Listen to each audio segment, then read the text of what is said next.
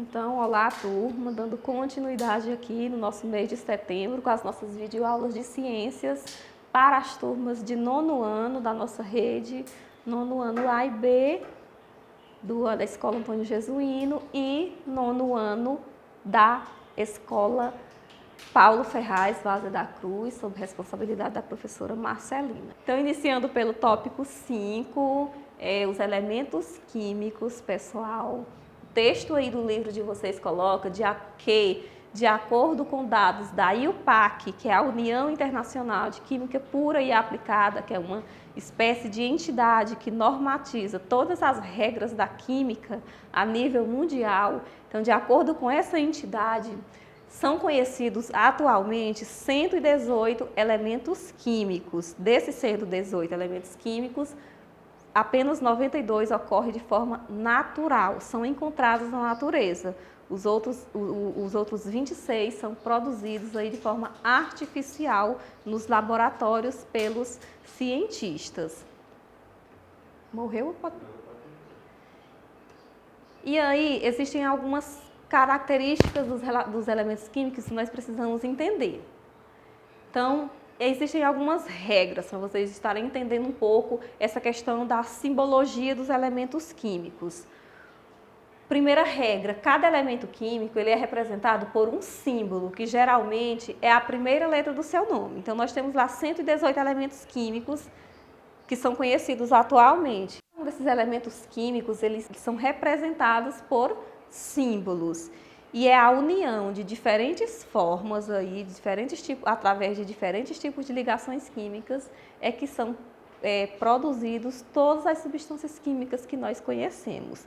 Mas falando especificamente dos símbolos desses elementos químicos, a primeira regra diz que cada um é representado por uma letra, que geralmente é a primeira letra do seu nome. Por exemplo, nós temos o hidrogênio. O hidrogênio é representado pela letra H, maiúscula. O oxigênio, que é um elemento químico aí que está presente no ar que a gente respira.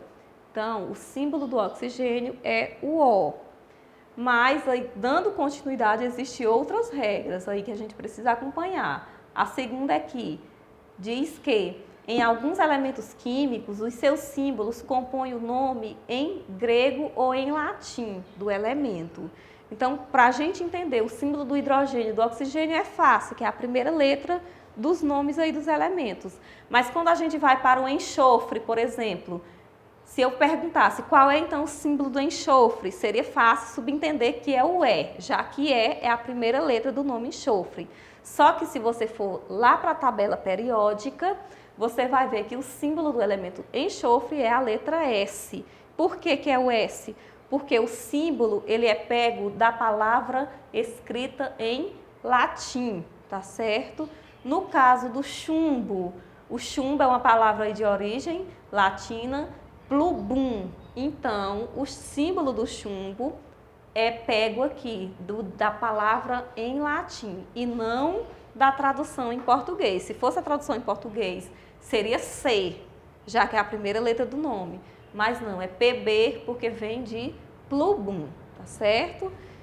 Outra regra é que alguns elementos químicos começam com a mesma letra. Por exemplo, nós temos o carbono e temos o cálcio. Então, se fôssemos pegar o símbolo, ficaria a letra C para o carbono e C para o cálcio. E aí a gente não ia entender, não ia saber se o C, em uma questão, estaria se referindo ao carbono ou ao cálcio. Então, uma forma de acabar com esta dúvida é inserindo uma segunda letra no símbolo. Então, é o que a regra diz. Quando há mais de um elemento químico que começa com a mesma letra, um deles é representado com duas letras. Então, nós temos carbono, só o C maiúsculo. Cálcio, nós temos o Ca, tá certo? Aí nós temos outros exemplos. O flúor é apenas o F. Já o ferro pega o F e o E. Então, importante observar, a primeira letra do símbolo obrigatoriamente tem que ser maiúscula, a segunda obrigatoriamente minúscula. E outra regra é que nem sempre aparecem as duas letras iniciais do nome, pessoal. Tá aqui um exemplo, zinco. eu iria subentender que o símbolo seria ZI, as duas primeiras letras, mas não. O símbolo do zinco é o ZN.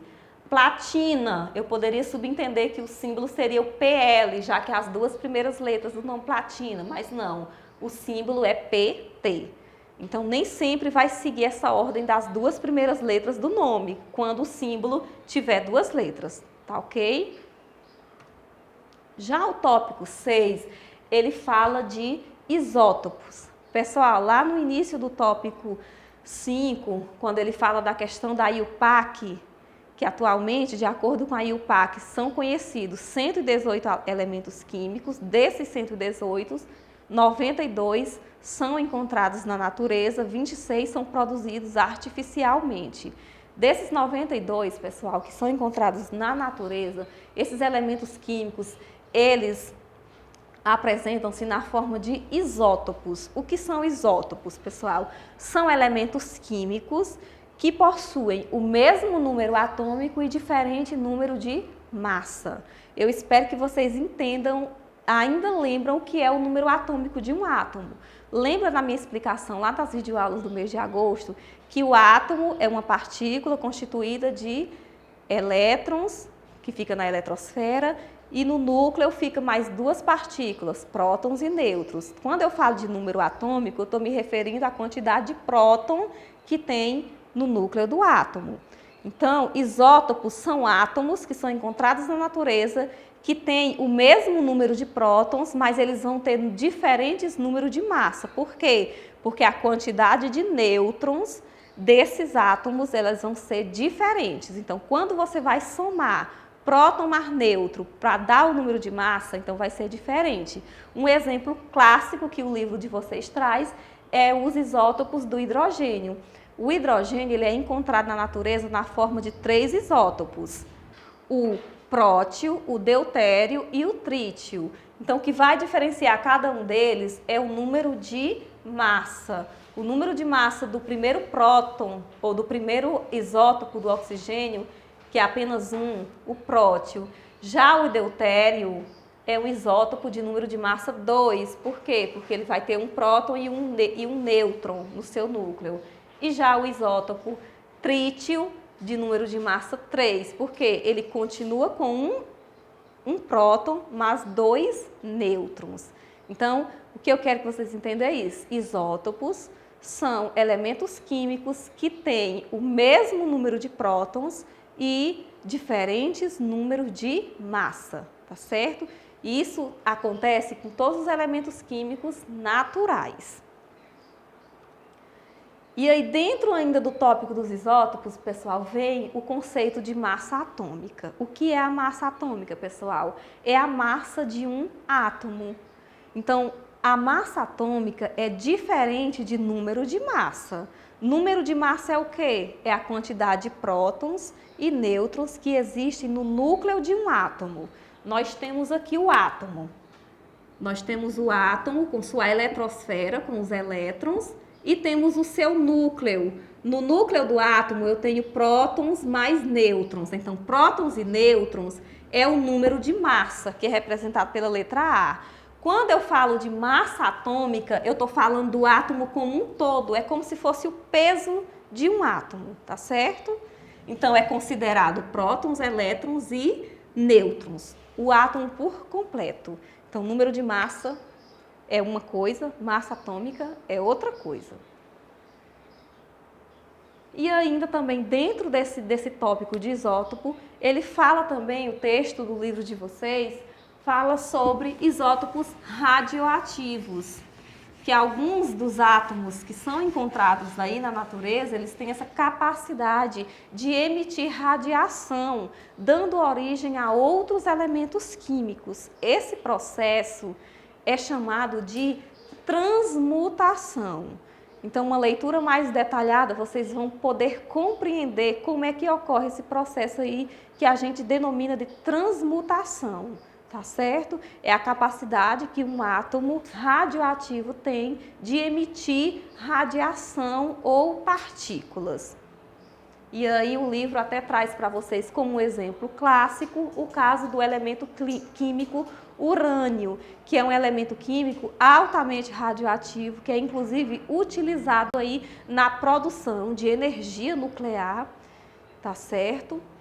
E aí mostra toda uma reação em cadeia de como é que ocorre aí a transmutação, que é esse tipo de ligação química aí que acontece aí envolvendo a radiação. A gente chama de transmutação. E aí, pessoal, esse processo de transmutação é um pouco diferente aí das ligações químicas comuns, que a ligação química comum acontece envolvendo os elétrons de um átomo. No caso das reações aí de transmutação, já são reações químicas que envolvem os núcleos desses átomos, tá certo? Então aqui mostra uma reação em cadeia, onde o núcleo de um átomo de urânio, ele é bombardeado pelo nêutron, dando origem a uma reação química chamada fissão nuclear. Fissão significa quebra. Então, no momento em que o núcleo do átomo ele é bombardeado por uma partícula nêutron, ele é quebrado. E nesse momento em que ele sofre essa quebra, ou seja, essa fissão nuclear, é liberada uma grande quantidade de energia juntamente com a divisão aqui do núcleo. Essa divisão do núcleo, ela continua sendo bombardeada por outros nêutrons, quebrando-se, ou seja, dando mais origem a mais fissão nuclear e gerando grandes quantidades de energia. Esse, como eu falei para vocês, é o processo aí que envolve a produção de energia nuclear nas usinas aí de energia nuclear que existem em todo o mundo. Então é importante dizer, esse tipo de reação chama-se transmutação, tá certo? Que é a emissão de partículas pelos núcleos dos átomos. Então, espero que vocês tenham conseguido compreender, façam a leitura do capítulo. Qualquer dúvida, estarei aí à disposição nos nossos grupos de WhatsApp. Então, bons estudos a todos, fiquem com Deus e até a nossa próxima videoaula. Vamos estudar, e tirar